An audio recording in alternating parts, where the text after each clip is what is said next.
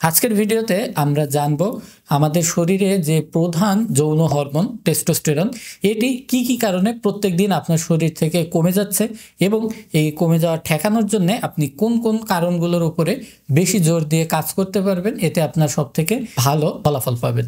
আমাদের শরীরে যখন বয়স বাড়তে থাকে তখন বয়ঃসন্ধিকাল থেকে বয়স 30 হওয়া পর্যন্ত কিন্তু আমাদের যৌন রসের পরিমাণটা সব থেকে বেশি থাকে। এই কারণে সকলের চেষ্টা করা উচিত এই বয়ঃসন্ধিকালের পরবর্তী থেকে 30 বছর এই রেঞ্জের ভেতরে তাদের শুধুমাত্র যে বিবাহ বন্ধনে আবদ্ধ হওয়া এটিই নয়, তার যে বাচ্চা কাচ্চা নেয়ার মতো একটা গুরুত্বপূর্ণ দায়িত্ব, এই দায়িত্বটাও এই বয়সের ভেতরেই পালন করে ফেলা।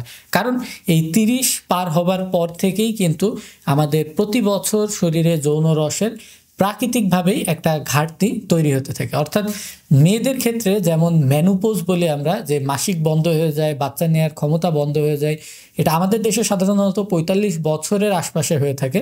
কিন্তু পুরুষদের ক্ষেত্রেও কিন্তু অ্যান্ড্রোপোজ নামে একটা মেডিকেল শব্দ আছে, যেটার মাধ্যমে আমরা বোঝাই যে আমাদের পুরুষদের ভেতরে যে টেস্টোস্টেরন হরমোন আছে এটার পরিমাণটা কমে আসছে, এবং এটা কিন্তু 35-এর পর থেকে খুব বেশি রকমেই কিন্তু কমা শুরু হয়। তো এই কারণে প্রাকৃতিক এই উপায়গুলো ছাড়া 30-এর নিচে থাকা অবস্থাতেও কিন্তু বেশ কিছু কারণে আপনার এই যৌন রসের ঘাটতি দেখা দিতে পারে।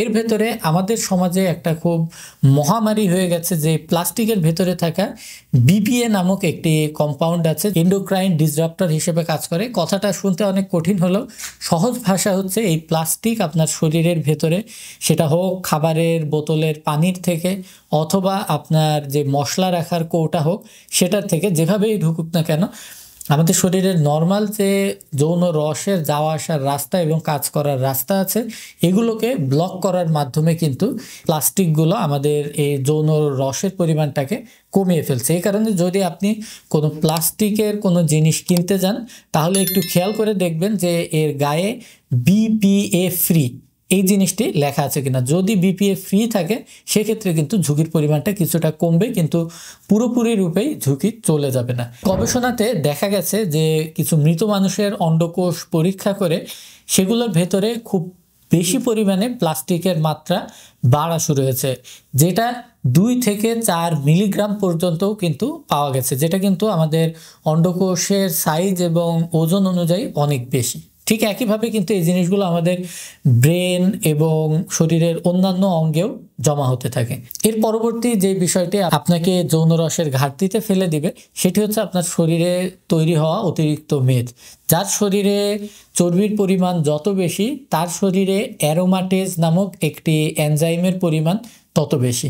এই চর্বিতে থাকা অ্যারোমাটেজ এনজাইম যে একটা ভয়ঙ্কর কাজ করে সেটা হচ্ছে আপনার শরীরের যে পুরুষ হরমোন অর্থাৎ টেস্টোস্টেরন এটাকে ভেঙে তারা একটা মেয়েলি হরমোন অর্থাৎ ইস্ট্রোজেনে কনভার্ট করে ফেলে, যার কারণে যার শরীরে চর্বির পরিমাণ যত বৃদ্ধি পাবে তার ভেতরে কিন্তু পুরুষত্বহীনতা তত ভয়াবহ রূপ ধারণ করবে। এবং ভালো বিষয় হচ্ছে যে যখন আপনি আপনার এই অতিরিক্ত চর্বিটা আপনার খাওয়া দাওয়া নিয়ন্ত্রণের মাধ্যমে কমিয়ে ফেলতে পারবেন, ঠিক তখনই কিন্তু আপনার এই অ্যারোমাটেজ নামক ভয়ঙ্কর যে এনজাইমটি এটির পরিমাণও আপনার শরীরে কমে আসবে। এবং যদি আপনি এর সঙ্গে শরীর চর্চা, মাংসের উপরে চাপ পড়ে এমন কাজ করতে পারেন, বিশেষ করে ওজন নিয়ে যে সকল এক্সারসাইজগুলো করা হয় জিমের ভেতরে, এই রেজিস্ট্যান্ট ট্রেনিংগুলো করলে কিন্তু আপনি পুরোপুরি রূপে আপনার আবার পুরুষত্বটাকে ফিরিয়ে আনতে পারবেন। আপনার একাধারে যেমন টেস্টোস্টেরন নামক হরমোনের পরিমাণ বৃদ্ধি পাবে, একই সঙ্গে কিন্তু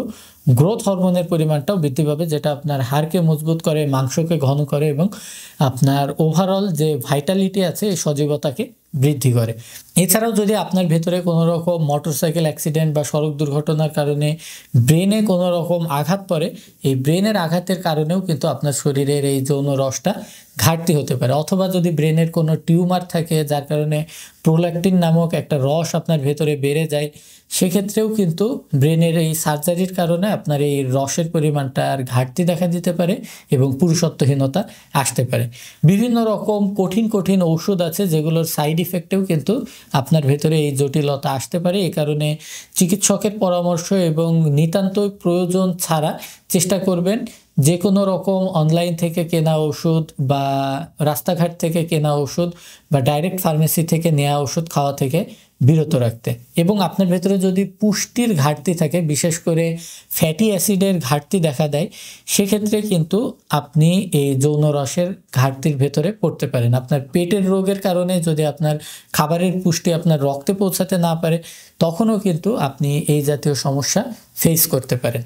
এবং সর্বশেষ, আপনার ভেতরে যদি কোনো শারীরিক বাজে অভ্যাস থাকে, যেমন ধূমপান, মদপান বা নেশাজাত দ্রব্য গ্রহণের, তাহলে কিন্তু এগুলোর ইফেক্টেও আপনার ভেতরে এই জাতীয় সমস্যা তৈরি হতে পারে। এবং সারাদিন যদি আপনি শুয়ে বসে সময় কাটান, যদি কোনো শারীরিক কসরত না করেন, সেক্ষেত্রে কিন্তু আপনার শরীরের ভেতরে টেস্টোস্টেরনটা তৈরি হওয়া অটোমেটিকই কমে আসবে। এর জন্য কিন্তু কোনো রকম রোগ শোক জটিলতা কিছুই প্রয়োজন নেই। শুধুমাত্র আপনি কাজ করছেন না, পরিশ্রম করছেন না, আপনার নিজের শরীরকে চ্যালেঞ্জ করছেন না, আপনার শরীরের কতটুকু শক্তি আছে, কতটুকু ক্যাপাসিটি আছে, এটাকে আপনি টেস্ট করছেন না, দেখেই কিন্তু হতে পারে আপনার যৌন রসটা কমে আসছে। এছাড়া অতিরিক্ত হস্তমৈথুন, পর্নোগ্রাফি এবং যে সকল গর্হিত কাজ রয়েছে, এগুলোও কিন্তু আপনার এই সমস্যাকে আরও খারাপ করে উঠাতে পারে। তো আশা করি আজকের ভিডিও থেকে আপনি আপনার প্রধান সমস্যাগুলো সম্পর্কে জানতে পারলেন, এবং এই সমস্যাগুলো থেকে যদি আপনি দূরত্ব বজায় রাখতে পারেন, সেক্ষেত্রে কিন্তু আপনি একটা সুস্থ সুন্দর সাংসারিক জীবন এবং দাম্পত্য জীবনে ভালোবাসাপূর্ণ একটা সময় আপনি কাটাতে পারবেন। আল্লাহ হাফেজ।